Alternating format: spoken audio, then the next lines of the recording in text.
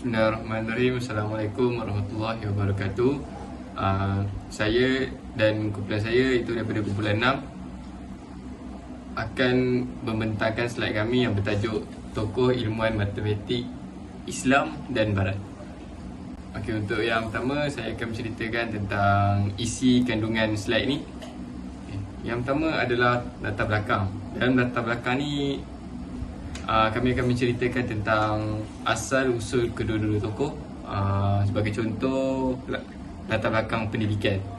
Yang kedua adalah tentang sumbangan. Dalam sumbangan ni kami akan membincangkan tentang apakah sumbangan yang telah dilakukan oleh kedua-dua tokoh tersebut, iaitu Pythagoras dan Khawarizmi. Yang ketiga tentang ketokohan. Ketokohan ni menceritakan tentang bagaimana kedua-dua tokoh ini mencipta nama di mata dunia. Yang keempat adalah perbandingan. Dalam perbandingan ni kami akan menunjukkan perbezaan seperti agama yang dianuti, asal-usul, cara penyampaian ilmu dan sebagainya. Untuk bahagian yang pertama, iaitu pendahuluan. Okey, untuk pendahuluan ni, falsafah bermaksud cinta akan hikmah atau kebijaksanaan. Falsafah juga berperanan untuk membantu manusia dalam mencari jawapan kepada permasalahan asasi. Okay, untuk definisi falsafah ilmu adalah suatu bidang perbahasan yang membincangkan tentang perihal sesuatu ilmu. Okay, seterusnya akan membincangkan tentang latar belakang dan sumbangan dua orang tokoh tersebut, iaitu Pythagoras dan Khawarizmi.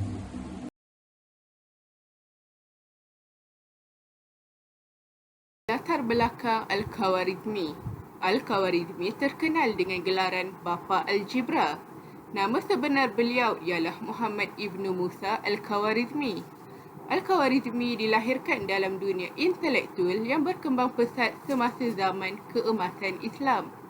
Tempat lahir beliau di Khawarizm, sebuah kawasan yang terletak di Uzbekistan. Seterusnya, tarikh lahir beliau sekitar tahun 780 hingga 850 Masihi. Dan tarikh wafat beliau antara tahun 220 hingga 230 Masihi. Beliau merupakan seorang ulama Islam yang terkenal pada abad ke-8 Masihi. Al-Khawarizmi telah dikenali di barat sebagai gelaran Al-Khawarizmi, Al-Khawarizmi, Al-Hawawizmi, Al-Kharizmi, Algoritmi, Algorismi dan juga beberapa lagi cara ejaan yang lain. Karya Al-Khawarizmi yang paling terkenal ialah Kitab Al-Mutakhar fi Hisab Al-Jabar wal Muqabalah. Kitab ini memperkenalkan kaedah sistematik untuk menyelesaikan persamaan linear dan kuadratik, seterusnya membina asas dalam bidang algebra. Pada usia muda, Al-Khawarizmi bekerja di sebuah pemerintahan Khalifah Al-Ma'mun Al-Bayat Al-Hikmah di Baghdad. Beliau bekerja di tempat mempelajari ilmu hisab dan ekonomi yang dikenali sebagai Balai Cerap. Beliau juga telah mendapat kepercayaan untuk menjadi pemimpin perpustakaan Khalifah. Seterusnya, Al-Khawarizmi juga berjaya memperkenalkan angka-angka India dan cara-cara perhitungan India pada dunia Islam.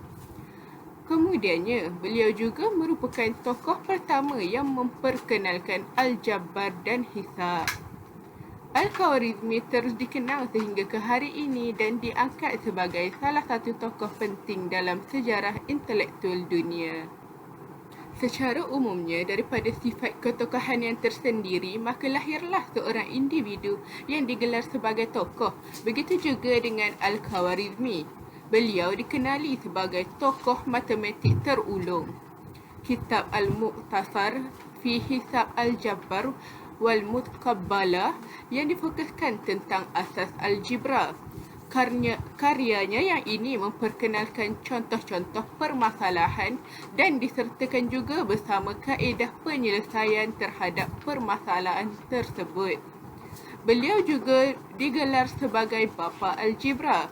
Buktinya, beliau telah memperkenalkan konsep-konsep penting dan kaedah untuk menyelesaikan permasalahan dalam persamaan linear dan kuadratik dalam karya beliau.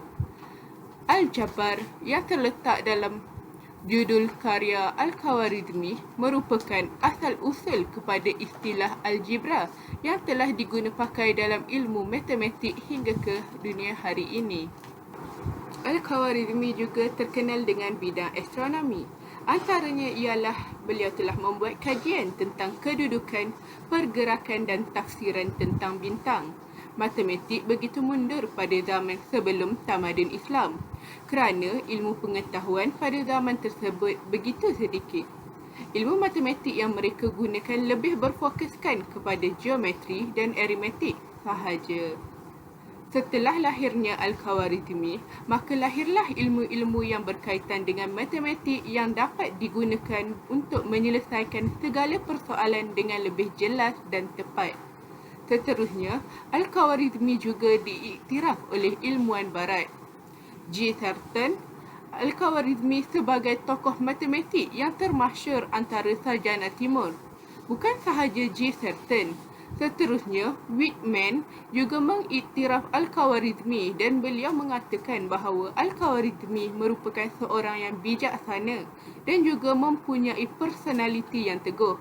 Terbuktilah bahawa para sarjana barat juga begitu mengiktiraf segala hasil dan karya daripada sarjana Islam tersebut, iaitu Al-Khawarizmi, walaupun ada sebilangan di antara mereka yang menolak kebenaran tersebut. Antara sumbangan tokoh Al-Khawarizmi adalah beliau mendapat gelaran sebagai Bapa Algebra disebabkan oleh sumbangan besar beliau dalam bidang algebra dan George Sarton dalam bukunya Introduction to the History of Science yang menggelarnya ahli matematik agung abad ke-9. Selain itu, tokoh Al-Khawarizmi juga telah memperkenalkan asas bagi algebra dengan memberi beberapa kaedah untuk menyelesaikan masalah, iaitu kaedah persamaan linear dan persamaan kuadratik. Di samping itu, beliau telah memperkenalkan sistem nombor India, iaitu kini telah dikenali angka Arab yang digunakan sehingga pada zaman sekarang, iaitu 0 hingga 9. Nilai-nilai tersebut diwakili oleh simbol-simbol yang digunakan untuk angka-angka tersebut. Proses pengiraan termasuk operasi dan pecahan juga telah diperkenalkan oleh Al-Khawarizmi. Di dalam karyanya iaitu The Numerical Indrum telah diperkenalkan penggunaan angka yang berkaitan dengan aritmetik dan beliau menerangkan tentang angka sifar. Ilmu matematik mengenai sudut dan sepadan segitiga yang mengandungi fungsi sin juga telah dibangunkan oleh Al-Khawarizmi dalam bidang trigonometri. Seperti yang dapat dilihat di sini, terdapat banyak perbandingan antara Al-Khawarizmi dengan Pythagoras. Antara perbandingan yang paling ketara ialah daripada segi agama. Al-Khawarizmi merupakan seorang Muslim, manakala Pythagoras merupakan seorang yang beragama Pythagorean. Seterusnya, dari sudut ilmu yang disampaikan pula, Al-Khawarizmi menyampaikan ilmunya melalui karyanya. Buku-bukunya bukan sahaja meneroka aspek matematik yang mendalam, tetapi juga merumuskan nilai-nilai agama dalam menyampaikan ilmunya kepada umum. Al-Khawarizmi menggunakan bahasa yang boleh difahami oleh semua orang. Manakala Pythagoras pula ilmunya berkembang melalui ajaran yang disampaikan oleh pelajarnya. Seterusnya, pandangan Al-Khawarizmi terhadap matematik. Pandangannya mencerminkan visinya tentang keindahan dan susunan alam semesta yang mencerminkan keagungan ciptaan Tuhan. Bagi Al-Khawarizmi, matematik bukan sahaja alat saintifik tetapi juga jendela rohani untuk memahami realiti yang lebih besar. Pythagoras pula baginya matematik adalah bahasa asas yang mendedahkan rahsia alam semesta. Konsep seperti nombor, pergadaran dan hubungan matematik menjadi asas falsafah dan pandangan dunia. Baiklah, untuk slide seterusnya kita akan membentangkan mengenai tokoh matematik barat iaitu Pythagoras. Latar belakang Pythagoras, gelarannya ialah bapa nombor ataupun father of numbers. Beliau merupakan ahli falsafah bagi bidang matematik, astronomi, metafizik dan muzik. Beliau lahir pada tahun 570 sebelum Masihi di Kepulauan Samos, Yunani, timur laut Pulau Anggia. Pythagoras meninggal dunia pada tahun 495 sebelum Masihi, sama ada di Kroton ataupun Metaponum pada usia 75 tahun. Ibunya bernama Pythias, iaitu penduduk asal Pulau Samos, dan bapa Pythagoras bernama Ensarsus yang merupakan seorang pedagang permata yang berasal daripada Tyrus, Lubnan. Pythagoras mempunyai 2 orang adik-beradik atau 3 orang adik-beradik. Pythagoras sudah membara mengikut bapanya ke destinasi yang berbeza pada usia yang masih kecil. Oleh itu, beliau dapat membaca teks-teks Yunani Homero, dapat mendendangkan lagu dan nada serta mahir dalam menulis puisi. Pythagoras mempunyai seorang guru bernama Thales. Thales mencadangkan Pythagoras untuk mengembara ke Mesir. Dalam perjalanan beliau ke Mesir, Pythagoras dapat belajar mengenai matematik, ilmu astronomi, muzik dan logistik. Selepas Thales meninggal dunia, Pythagoras kemudiannya berguru dengan Anaximander, iaitu anak murid kepada Thales. Beliau merupakan seorang yang suka menganalisis fakta dan maklumat daripada sumber secara langsung ataupun secara tidak langsung untuk mempelajari pelbagai jenis ilmu. Seterusnya kita akan membincangkan mengenai ketokohan Pythagoras. Yang pertama, dalam bidang matematik. Teorem Pythagoras merupakan idea teragung Pythagoras. Teorem Pythagoras adalah segitiga bersudut tegak. Ketokohan Pythagoras dalam bidang matematik yang lain ialah penemuan idea nombor bukan nisbah seperti pi. Penemuan nombor bukan nisbah ini menyebabkan beberapa pengikut beliau Pythagoreans tidak setuju dengan kewujudan nombor bukan nisbah. Hal ini telah menyebabkan berlaku sebuah krisis yang dikenali sebagai krisis pertama dalam matematik. Seterusnya, ketokohan Pythagoras dalam bidang astronomi. Pythagoreans percaya bahawa keharmonian dan keseimbangan semua perkara merupakan kunci ketentuan alam semesta. Pythagoras ialah pemikir pertama yang percaya bahawa bumi adalah berbentuk sfera. Idea Pythagoras ini digunakan oleh Johannes Kepler untuk memahami bagaimana planet bergerak dalam sistem suria. Akhir sekali ialah ketokohan Pythagoras dalam bidang muzik yang menyebabkan berlakunya penciptaan skala muzik. Skala muzik ialah rangkaian not muzik yang menaik dan menurun. Penciptaan ini adalah berdasarkan teori dan teknik nombor. Alur yang berbeza panjang dan ketebalan akan menghasilkan nada yang sama tetapi mempunyai daftar yang berbeza. Hai, nama saya Nur Anis Natasha binti Chowani, nombor matrik D202211011838. Sumbangan tokoh Pythagoras yang pertama dalam bidang matematik ialah Teorem Pythagoras. Teorem Pythagoras merupakan sumbangan terbesar dalam bidang matematik dan digunakan sehingga kini. Teorem Pythagoras merupakan salah satu teorem awal yang diketahui oleh peradaban kuno. Ia dinamakan sebagai Pythagoras. Pythagoras adalah dikreditkan mendapat nama dengan bukti teorem pertama yang sah, walaupun terbukti bahawa tamadun Babylon mengetahui teorem ini kira-kira 1000 tahun sebelum Pythagoras. Clinton 322, tablet matematik Babylon yang berasal dari tahun 1900 sebelum Masihi mengandungi maklumat mengenai teorem Pythagoras. Zhou Pei, teks kuno Cina juga membuktikan bahawa orang Cina mengetahui tentang teorem Pythagoras bertahun-tahun lamanya sebelum Pythagoras. Sumbangan dalam bidang astronomi, Pythagoras berpendapat bahawa bumi itu bulat. Pythagoras mempunyai pandangan yang melibatkan konsep matematik dan harmoni dalam alam semesta. Jarak antara setiap cakrawala mempunyai perkadaran yang serupa dan sesuai dengan selang waktu oktav muzik. Menurutnya, sfera cakrawala berputar dan menghasilkan apa yang dipanggil muzik sfera. Seterusnya, Pythagoras dan pengikutnya mempelajari gerak benda-benda langit. Pandangan ini menyatakan bahawa benda-benda langit bergerak dalam keteraturan matematik yang sangat indah dan mereka mempertahankan posisi mereka dalam hubungan harmonis yang teratur seperti hubungan antara nada-nada dalam skala muzik yang teratur dan harmoni. Seterusnya, sumbangan dalam bidang muzik, Pythagoras menemukan hubungan antara matematik dan harmoni muzik melalui perbandingan panjang senar dan alat muzik. Di tahun 600 Masihi zaman Yunani kuno, legenda menyatakan bahawa Pythagoras pernah berjalan dan mendengar bunyi palu dari palang besi yang berirama, lalu tertarik dengan bunyi tersebut setelah mendengarnya. Kerana baginya dia memahami bahawa ketukan tersebut mewujudkan keharmonian dan menghasilkan melodi yang merdu. Seterusnya, dia juga mudah mengira dan menemukan perkadaran matematik yang merupakan peraturan terawal untuk skala muzik. Pythagoras mendapati bahawa dua not yang membentuk selang akan menghasilkan harmoni seperti 1/1, 1/2, 1/3 dan seterusnya. Dapat menghasilkan melodi yang berbeza-beza dan jika senar memiliki panjang 1 unit dan senar yang lain 2 unit, maka bunyi yang dihasilkan akan terdengar harmonis. Assalamualaikum warahmatullahi wabarakatuh. Untuk slide seterusnya adalah perbandingan Pythagoras. Terdapat beberapa perbandingan iaitu yang pertama adalah daripada sudut keagamaan. Pythagoras sendiri mempunyai ajaran beliau yang dinamakan sebagai Pythagoreanism.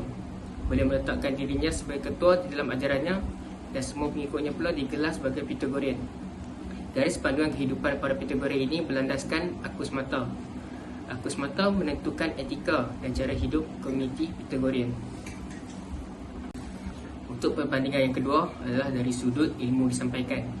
Beliau membangunkan sebuah sekolah Pythagorean. Sekolah Pythagorean ini merupakan sebuah komuniti kecil di Magna Graecia. Sekolah tersebut memfokuskan tentang matematik, geometri, muzik, falsafah yang dibangunkan oleh Pythagoras itu sendiri. Di dalam sekolah ini, teorem Pythagoras dikembangkan dengan bukti geometri yang lebih umum. Perbandingan yang terakhir pula adalah dari sudut pandangan terhadap matematik. Bagi Pythagoras, matematik merupakan kunci kepada rahsia alam semesta dan kehidupan. Pythagorean berpandangan bahawa nombor merupakan entiti hidup dan prinsip sejagat yang meresap segalanya bermula dari langit sehinggalah pada etika manusia. Falsafah Pythagoras telah menjadi satu bukti kepercayaan bahawa matematik itu bukanlah ciptaan manusia tetapi mampu wujud tanpa wujudnya manusia. Kita dah sampai ke kesimpulan. Untuk kesimpulannya, sumbangan tokoh-tokoh ini adalah penting dalam pembangunan ilmu dan matematik. Sumbangan kedua-dua tokoh ini telah membentuk asas yang penting dalam perkembangan ilmu pengetahuan moden. Teori Pythagoras menggambarkan keindahan dan kebolehan matematik dalam menyelesaikan masalah geometri, manakala Khawarizmi memperkenalkan cara baru dalam menyelesaikan masalah matematik. Akhirnya, sumbangan mereka dapat menginspirasikan generasi muda untuk terus meneroka ilmu sains dan teknologi dengan lebih mendalam. Sekian saja daripada kami. Terima kasih.